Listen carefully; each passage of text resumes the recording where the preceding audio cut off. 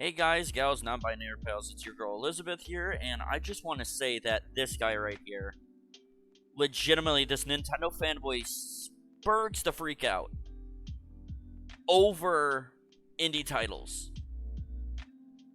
And the way he goes about it, and the stupid shit he says, just decided, I'm like, dude, this would make good content. So let's get into it, shall we? You know, I'm someone who is very well connected with indie games on Nintendo platforms. Going back to when I was editor-in-chief at Nintendo Enthusiast. Good for you, you were an editor-in-chief and Nintendo Enthusiast. I used to work directly with Damon Baker when the indie games were called Nindy Games. And Damon Baker was the head of Nintendo of America's indie division. So I've worked with him a ton. I've worked with a ton of indie games before, especially on the Wii U back in my Nintendo Enthusiast days, because of the fact that a lot of companies weren't making games on the system. I understand. It's true, the Nintendo Wii was basically kind of a shelved console by a lot of people. There are a select few people that actually still like it. And that indie games have a big variety of them. I understand there's some that look almost as good as AAA games. There's some that look like one person made it in like 2 hours. I get that. I get bullshit. Oh, some of them look like they were made in 2 hours. My ass. Indie development, indie games take longer than that to develop. Like, seriously, dude. As someone who's worked with indie titles and covered them, you don't understand the frickin' process, man. Undertale was not made in 2 freaking hours. If it was, that'd be surprising. The diversity of indie games, and that's what I like about indie games and indie world presentations from Nintendo. We've got some cool stuff at this. Panzer Dragoon, House of the Dead remake, Shredder's Revenge. The funny thing is, Shredder's Revenge is not even an indie title, and neither is freaking the other game you mentioned as well. Like, legitimately, House of the Dead remake isn't an indie game. It's been a series for generations. It was an old arcade classic. And it spanned multiple games. It's not an indie title. It's an arcade game. So whenever these events happen, I assume that there's something to talk about. I assume... Yeah, you immediately assume that there are going to be cool games, a lot of games for a variety of people, and... You know what when you assume, you make an ass out of you and me. Because then you made an ass out of yourself by making this video and spurging out over indie titles, man. You're the problem, not the solution. Nintendo has lost their damn mind. No, they didn't. Whoever put this presentation together, you need to be fired. No, they don't. Like, seriously, some of these games, some people like really nice and cozy games. Games they could just sit down and play and relax. Okay, I don't want anyone to lose their jobs, but... You don't want anybody to lose their jobs, but you just said you wanted them to... They should be fired.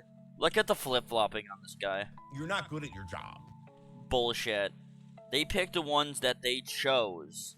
They have a right to choose, you know? It's their job to choose what indie games might look good. There was probably a plethora of them, but they couldn't pick them all, and they had to, you know, pick the ones that were...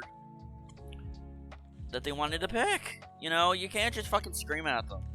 You're like, oh, they should have picked all these games. Not everything's gonna be a banger for everybody, but somebody's gonna like something in the game. You're not good at whoever handpicked these games for this presentation. You're not good at your job. And you're not good at commentary. No hate to any of these indie. Yeah, no hate to these indie developers. Yet you start fucking spurging out and shitting on their games and start, you know, saying some pretty stupid shit. So you got foot and mouth syndrome. Developers, your games are just not my style. Yeah, they're not your style, but yet you shit on them anyway, and the people that might like them. But let's talk about this Indie World presentation, because oh boy. Kicking things off with an absolute banger of a game. I love the sarcasm. We have Venba. It's a cooking game about an immigrant Indian family I like how he just screams the word, he just nonchalantly says immigrant, doesn't say, hey, something else that doesn't sound kind of racy. Like, he could have been like, hey, this family moved from another area.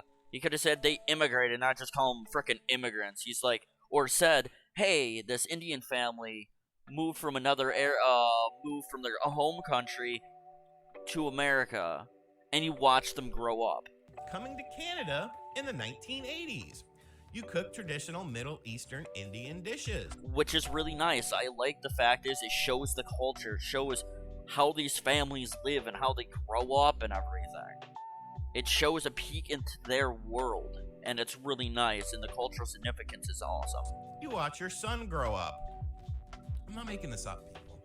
This is what they started a video game presentation with the day that God of War came out. Whoop de frickin' do. Like, everybody's suckling the balls of God of War, which is nice, that's doing well. But sometimes people just want to relax and play a cozy game like this. Like, I would legitimately stream this and play this too. And kind of, like, understand their cultural differences between us, Americans, and the people from India. On the PlayStation platforms. This is what they're counteracting it with. It comes out next spring. Who needs God of War when you got Venba? Goodbye World was up next. Now, this looks interesting as hell. This is the thought process that I had a lot during those presentations. Me saying goodbye to the world because... Really, dude? Your attempt at humor is like a cactus being used as a toothbrush. I didn't want to watch this anymore. It's a game maker sort of thing. You play as a struggling indie... It's really cool that they're, like, diving into the world of how indie developers can struggle with making projects and meeting deadlines and stuff like that, because, you know, you're only a few people. You're not a big AAA company, so there's going to be a lot of hurdles to jump through, and this game captured this perfectly. I don't know what the hell is this guy's problem is by bitching about it. Studio making a Game Boy style platformer game that sometimes you get to play, and sometimes you have to do real life stuff in it. Comes out later this month. Have a Nice Death. Now, this game actually looked interesting at the start. It looked kind of cool. Kind of had a Cuphead-ish kind of art style, but... Cuphead-ish, not really. You're comparing two different frickin' art styles, and this does not fit that. What's one thing, besides cozy games, what does RGT not like? Roguelike games. Yeah, I love how he starts spurging out over roguelites, and, like, I get it, you don't like them, and then you cry about that there's too many of them. I'm like, there's too many first-person shooters, there's too many roguelikes, there's too many of different other games, so take that shoe out of your mouth and actually speak like a normal human being. Games, especially 2D roguelike games, because they're like a plague on the video game industry, and they're not a fucking plague. Like, seriously, dude, you sound like a hipster, man. Oh, they're a plague on the gaming scene. Look at me acting all tough and shit. Like, man, dude, like, seriously, I get it, you don't like them, but don't say they're frickin'. You could say that about any game, like first-person shooters, action adventures, this, that, and the other. There's a lot of games plaguing the industry, and people like them. Just because you don't like them doesn't mean you have a right to, like, completely curb stomp the fact is it's a good genre. It's a game that you could play for 10 minutes or so. You could pick up, play a little, make some progress or die, and then put the game down. It's a good game to pick up and play, and then put down when you're done with it. Like, I do that with Gunfire Reborn. Like, legitimately, I will jump onto that game, play it, like, a couple of, you know, do a couple of daily runs, see if I can get far enough, and if I die, I save up my points, and then I get off and I play something else. I get my, you know, 15 to 20 minutes of fun and just put the game down. That's why I like frickin' roguelike games, because they're one games that you don't have to focus on 100%.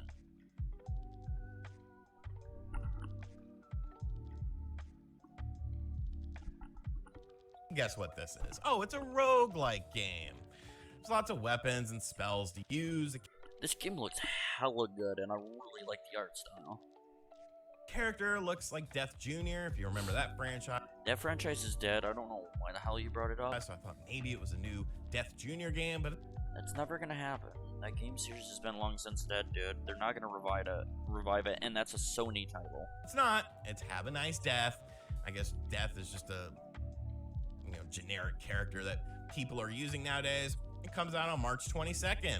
Aka, I don't remember how to pronounce this. It's AKA, I guess it could be also known as.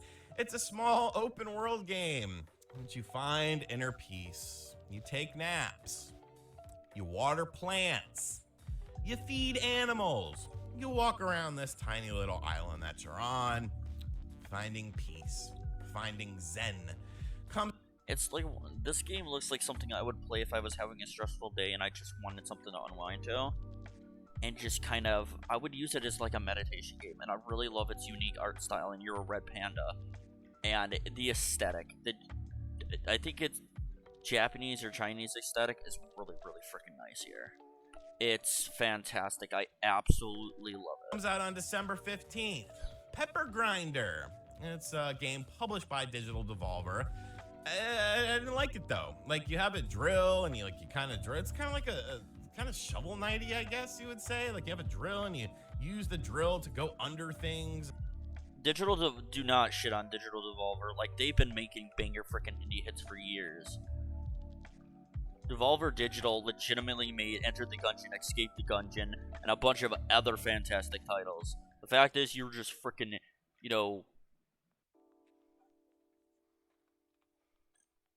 shitting on this game is ridiculous. And around things, and it's 2D side-scrolling game. At least it looked like an actual video game. It looked like something that, maybe people would be interested in. I wasn't super interested in it. I didn't like all the pepper jokes that they made of different people saying pepper in different dialects and stuff like that. Like, I don't know, it was just corny to me, but I feel... Sometimes corny humor is great because there's a nice charm to corny humor. Like, we're gonna get to a point in society where you can't even do stuff like that. You can't make fun of a dialect. But yeah, Peppa Grinder 2023. Coffee Talk Episode 2, the hit sequel to Coffee Talk. Coffee Talk 1 was actually a freaking hell of a good game. Episode 1, a narrative-driven coffee game where you play as a barista. Now, people do realize that you can actually be a barista. Yeah, but you want to know how annoying and shitty the actual real job is? It's pretty crappy. You have to deal with shitty customers, you have to deal with, all this other crap. This game gives you the satisfaction of meeting awesome people, having really good dialogue with them, and it seems a lot of fun. I liked the first game. I absolutely enjoyed it. It was a good romp of just sitting there and get to know these characters and their, their backstories, their, what they feel, what they hate, what they're going through, their love life and everything. And you just become pretty good friends with these people, and you kind of connect with them. And sometimes you kind of see similarities in your real friends in these people. In real life, and make real life money instead of playing it in a video game. There's a cat in the game. There's a wacky variety of characters that you talk to with a cozy lo-fi soundtrack, because evidently cozy games are the only style of indie games that we're making now, besides, roguelike games. If you're a fan of coffee and you like to talk to random people, and talk to a cat, spring of 2023. Oni, Road to be the Mightiest Oni. Should have been Roni, starring Bobby Brown. My heart belongs to a Roni, she's my own. Oh god, do not start singing, your voice is terrible. Only one, she's my only one. Third-person action-adventure game. Looked like it had some frame rate issues in the gameplay that they were showing. Remember, it's still in development, man. It's an indie title. Get over it. Art style was kind of weird to me. The art style is perfectly fine. I like it. It looks cute and adorable, and it's something I would totally play. You play as two characters at once. You gotta hit demons, draw out their spirits. It seems like it would be convoluted to me, but they said you could play it with one Joy-Con. So I don't know. That just confused me even more. March 9th, Desta was up next. It's a game in which whenever a character in the game speaks, their pronouns pop up. Because I guess that the characters that they're speaking to within the game need to know their pronouns. so that, you know, there's no miscommunication or anything like that, or something. It's a dodgeball strategy style game or something. Interesting. I like how he's struggling to say, to not offend and try to set people off. Like, he's struggling not to say something stupid. And this game actually looks pretty cool. Yeah, comes out in early 2023. That's Desta, a space for the unbound. Because you guys know that I am all about love and self-discovery, and this is a game about love and self-discovery. Now, all jokes aside, this one didn't look like super bad. It actually looked kind of like a video game. It takes place in It kind of looked like a video game. All the other games look like video games, you freaking moron. 90s Indonesia between two characters that are falling in love, and there's some supernatural stuff as well. You're like solving puzzles and stuff like that. I thought the art style looked okay. It kind of had a River City art style to it. I honestly didn't really hate this one. So, you know, a space for the unbound, January 19th. Dorgon, something like that. I love the storybook aesthetic of this game. Like, holy shit, the art style is just pleasing. Cozy game, because we need some more cozy stuff here, where you revisit childhood memories by going to your grandmother's house, who's passed away. I guess, who owns the house now? Does the family own the house? Does the state own the house? I feel like there's questions that need to be No, there isn't. answered there. It's like an oil painting style game. You take pictures. It's very French. The person who made it is French. Comes out next spring. I just love, he's French. Like, Jesus Christ. It's like, oh man, dude. Okay, Winston, what do you think of the rom-com script? Oh, great. Really I am so sorry, guys, for the commercial. beautiful. And the explosions, so realistic. You're gaming again, aren't you? Maybe. Go ahead, break it down real low. I apologize, guys. Stop playing with it. Red light, green light, go.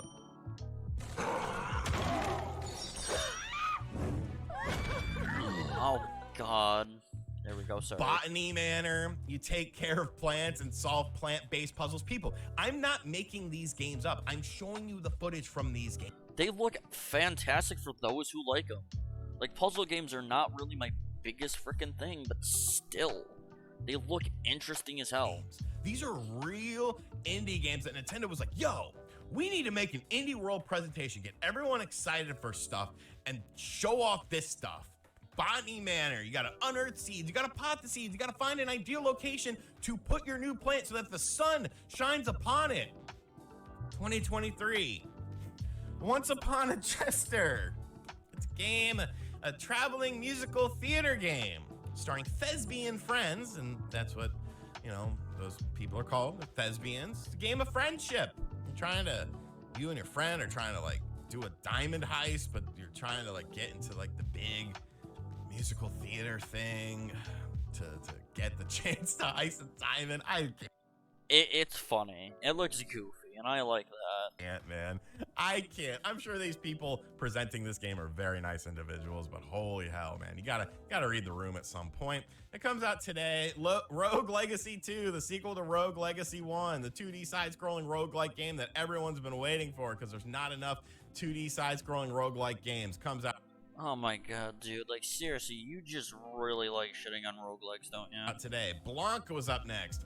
There's like a deer. There's no words in the story. It's so that anyone can enjoy the story, I guess. It's called, what's the word for it? Environmental storytelling, you dipshit. I mean, I'm not even gonna say that. It looks like a pencil sketch. It's very white. It's a very white game, but it's white because of snow, not because of other things. You racist. Get your mind out of the gutter. Blanc, You're the one who brought it up. didn't catch when this was coming out. Then we got a sizzle reel with Wrestle Quest, which is actually a good video game. It's an RPG style wrestling video game with a lot of classic wrestlers in it, like Bret Hart's in it, Andre the Giant's in it, Sergeant Slaughter's in it. Like, very cool. This is a game that should have been given a spotlight over Botany Manor, Wobble Dog, Storyteller, World of Horror, Curse of Sea Rats. As the sizzle reel went along, I started to lose interest. And then this next game, I don't know what I just watched. It's a game called A Little to the Left, and there was a couple that was presenting the game, and they had a cat in front of them. They were both very soft-spoken. Who are these people? Why is this a game? You literally tidy up stuff in the game, and they're sitting there dead ass trying to sell people on this game. Like, you tidy stuff up. Isn't that a cool concept for a game? Like, seriously, it's their first probably step in the indie world, man. Give them a freaking chance. God damn. No, it's not. Go tidy up your room. Go tidy up your house. Like, I don't understand. I don't understand. I'm going to calm down, though, because we ended on a decent note with Sports Story, an actual video game. Dude, you need to touch grass, man. A game that people are familiar with. It's a solid sports RPG with weird stuff, linked to the past art style. I did not like the text that they use for the dialogue in the game. It's very intruding and it looks very cheap, but everything else about this game looked really cool, honestly. You know, it now comes out in December, so that's going to be a big game for December for a lot of people. I probably will pick up Sports I really like the dialogue boxes. It fits. Story. I definitely like what they showed from this game, but was this enough to save the show? Hell no. Hell no, because most of the stuff could have just been a random trailer. What is the point of this presentation? You couldn't, as one of the people in the comment section said, you legitimately could have just grabbed the ones that piqued your interest, made a video on it, and not the entire thing. Keep the games you didn't like out of it, and keep the ones you liked. End of frickin' story, and you wouldn't be spurging out here on YouTube. Like, I understand you're trying to give a spotlight to smaller indie developers, and no hate, no disrespect. Yeah, bullshit, but yet you were criticizing and bullshitting through this entire video. To any of these indie developers. Make what you want to make. You know, follow your dreams, follow your passions. That's cool. There's going to be someone out there that it resonates with. But for me, I can only speak for myself. I am the person who watched this show for 25 minutes, and this show was a piece of shit. Yeah, to you, but a lot of people, some of these games actually pique their interest in indie titles. Maybe there's a lot of people out there that are getting into these kind of titles. And you just completely shitting on, saying, oh, no disrespect for the indie developers, yet you were shitting on every single game except, like, maybe 2. Which is technically shitting on the indie developers, so stuff flip-flopping, dude. Whoever put this show together at Nintendo is an idiot. Like, dude, you're the only idiot here. You have to have stuff, a variety of stuff. This is a freaking variety of stuff. Not everyone likes cozy games. If that was the case, then cozy games would outsell everything else. Not everyone likes these minimalistic style games. You can have these in a presentation, but you should also have stuff that looks like a modern video game, because there's a ton of indie games that come out. There's a ton of indie games that are in development that actually sort of resemble like modern gaming stuff. Not everything has to be a retro thing, and I'm a retro gamer. I like retro stuff, but this presentation sucked ass. Nintendo has lost their damn mind. No, they didn't. Oh my god, it's just a bunch of indie games, man, and you're spurging out like, oh my god, look at me, I'm a Nintendo fanboy, I'm entitled that they have to show the best games and only the best games and blah blah blah. But yeah, I'm just gonna end it there, guys, because Jesus, this guy gave me a fucking heart attack. Like, I saw this morning and I wanted to bury myself alive. But hopefully you guys have a good one. I will see you guys in the next video.